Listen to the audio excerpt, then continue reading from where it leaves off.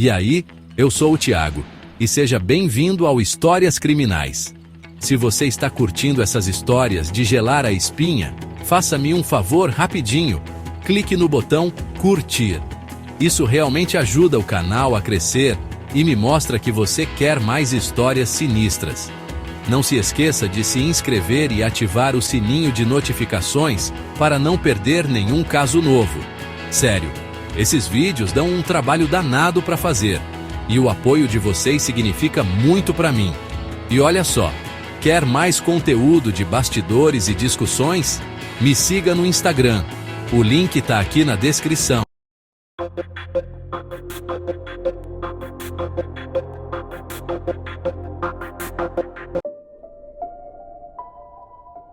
Elisa Samúdio era uma jovem determinada, buscando seu lugar como modelo e atriz no Rio de Janeiro, longe da família. Ela enfrentava os desafios de uma cidade grande, cheia de oportunidades, mas também de perigos e incertezas. Mesmo assim, Elisa não se deixava abater. Era resiliente, sonhadora e tinha uma vontade enorme de vencer na vida, de construir uma carreira e garantir um futuro melhor para si e para quem amava. Ela tinha sonhos, ambições e, acima de tudo, era mãe e filha. Uma vida interrompida tragicamente. Elisa era muito ligada à família, especialmente à mãe, com quem dividia confidências e esperanças. Sua trajetória, marcada por altos e baixos, mostrava a força de uma mulher que, apesar das adversidades, nunca deixou de lutar por seus objetivos. Do outro lado, Bruno Fernandes de Souza, goleiro e capitão do Flamengo, vivia o auge da carreira, idolatrado por milhões. Ele era visto como um verdadeiro ídolo nacional, símbolo de superação e talento nos gramados. Sua imagem estampava jornais, revistas e campanhas publicitárias, e seu nome era sinônimo de sucesso no futebol brasileiro. Fora dos campos, Bruno era envolto em polêmicas e tinha uma personalidade controladora, bem diferente do herói que aparentava ser. Ele acumulava episódios controversos, e sua vida pessoal era marcada por conflitos, decisões impulsivas e atitudes que contrastavam com a imagem de ídolo esportivo. Elisa e Bruno se conheceram em 2009, iniciando um breve relacionamento que mudaria suas vidas para sempre. O encontro entre a jovem sonhadora e o astro do futebol parecia improvável, mas logo se transformou em uma relação intensa, marcada por encontros secretos e promessas não cumpridas. Quando Elisa engravidou, Bruno, casado, negou a paternidade e pressionou para que ela interrompesse a gestação. O sonho de uma família se transformou em um pesadelo, e Elisa se viu sozinha, enfrentando o preconceito e a rejeição. Elisa, determinada, lutou pelo direito do filho, enfrentando a recusa e hostilidade de Bruno. Ela buscou apoio na justiça, não se intimidou diante das ameaças e fez de tudo para garantir que seu filho tivesse o reconhecimento e a proteção que merecia. O conflito entre eles rapidamente escalou, transformando-se em uma disputa marcada por ameaças e violência. O que começou como uma relação conturbada logo se tornou um caso de grande repercussão, envolvendo denúncias, medo e sofrimento. Assim começava uma batalha desigual, onde fama e poder colidiam com a coragem de uma mulher vulnerável. A história de Elisa e Bruno se tornaria um dos casos mais chocantes do Brasil, expondo as feridas de uma sociedade marcada por desigualdade, machismo e impunidade. A gravidez de Elisa se tornou o centro de um conflito cada vez mais perigoso, envolvendo não apenas questões pessoais, mas também disputas públicas e jurídicas. O relacionamento entre Elisa e Bruno, que já era marcado por altos e baixos, rapidamente se transformou em uma batalha repleta de tensão e desconfiança. Bruno negava a paternidade e via a situação como ameaça à sua imagem, temendo que o escândalo prejudicasse sua carreira e reputação. Ele se mostrava cada vez mais distante e hostil, enquanto a pressão da mídia aumentava. Sentindo-se ameaçada e sem apoio, Elisa registrou boletim de ocorrência, acusando Bruno de agressão e tentativa de forçá-la a abortar. O caso ganhou repercussão e Elisa passou a temer ainda mais por sua segurança e a do bebê. Mesmo após o nascimento de Bruninho, Bruno se recusava a reconhecer o filho, evitando qualquer contato e negando responsabilidades. A ausência dele era sentida em todos os momentos importantes, aumentando o sofrimento de Elisa.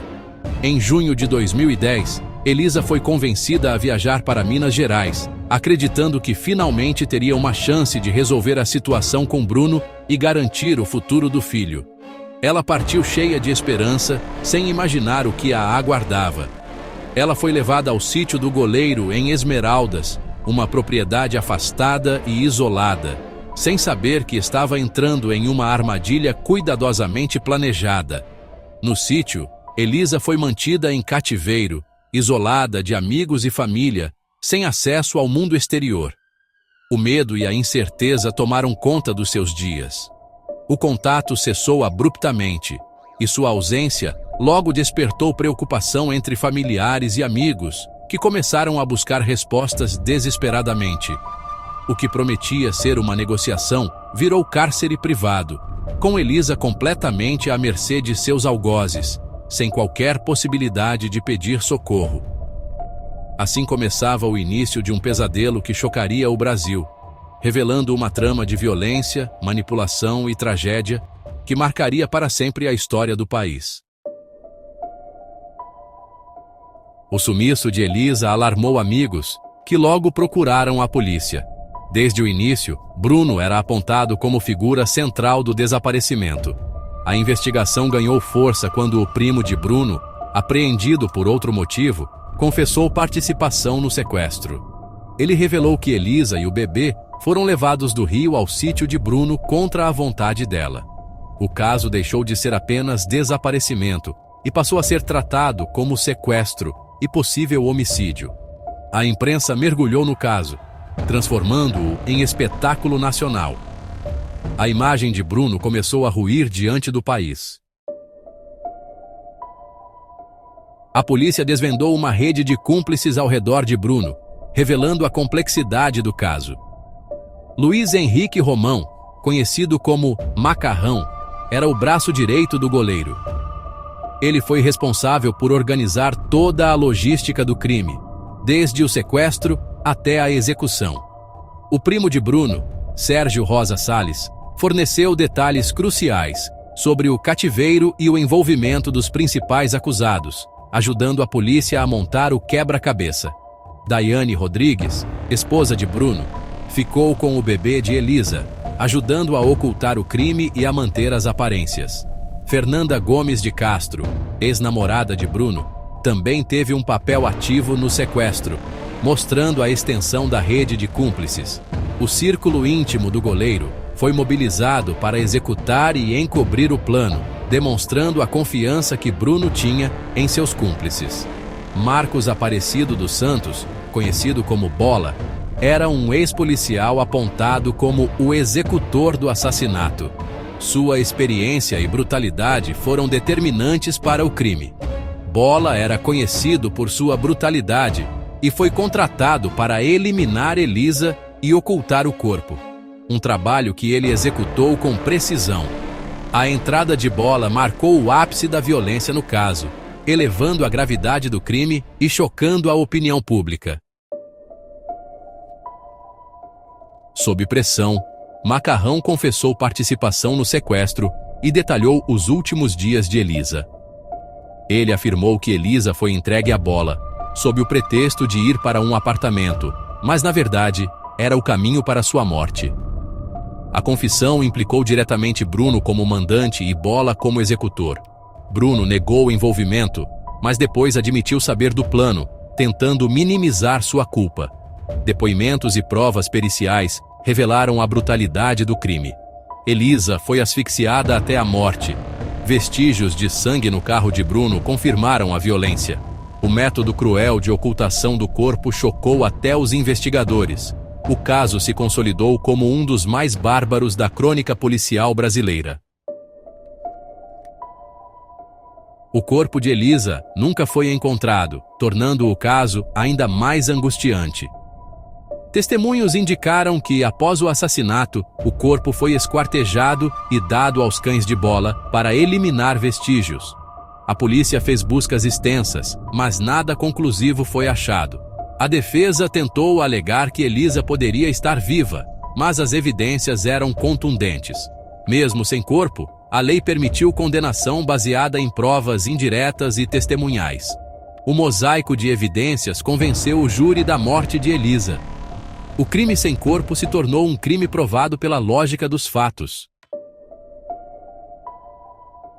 O julgamento em 2013 foi um dos mais acompanhados da história do judiciário brasileiro.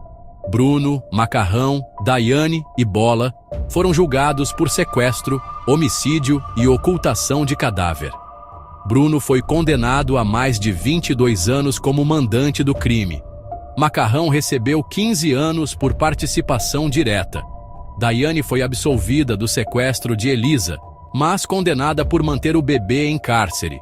Bola foi condenado a 22 anos como executor e ocultador do corpo. As sentenças responsabilizaram todos os principais envolvidos. Com o tempo, alguns réus progrediram de regime, gerando revolta e debate sobre justiça.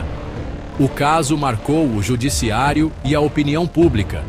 A busca por justiça para Elisa se tornou símbolo nacional. O caso Elisa Samúdio expôs a brutalidade do feminicídio no Brasil. A tragédia impulsionou debates e políticas públicas, culminando na Lei do Feminicídio em 2015. O crime mostrou que violência de gênero atravessa todas as classes sociais. A tentativa de Bruno de voltar ao futebol gerou protestos e boicotes. O caso alertou para sinais de relacionamentos abusivos e a necessidade de proteção às mulheres. A história de Elisa é recontada para conscientizar e educar. Seu legado é um chamado à ação e à luta por justiça. O nome de Elisa permanece como símbolo de resistência e alerta. Mais de uma década depois, o caso Elisa Samúdio ainda repercute. Em 2024, Bola foi preso novamente por outro assassinato, relembrando sua periculosidade. Um documentário da Netflix promete humanizar Elisa, trazendo à tona sua história pessoal. O filho de Elisa, Bruninho, criado pela avó, segue carreira no futebol como goleiro. Sua trajetória inspira resiliência e esperança, mesmo diante de um passado sombrio. O caso permanece vivo na memória coletiva e na luta por justiça para as mulheres. Bruninho representa a possibilidade de um novo destino, longe da sombra do crime. A história de Elisa e seu filho é um lembrete permanente das consequências da violência de gênero.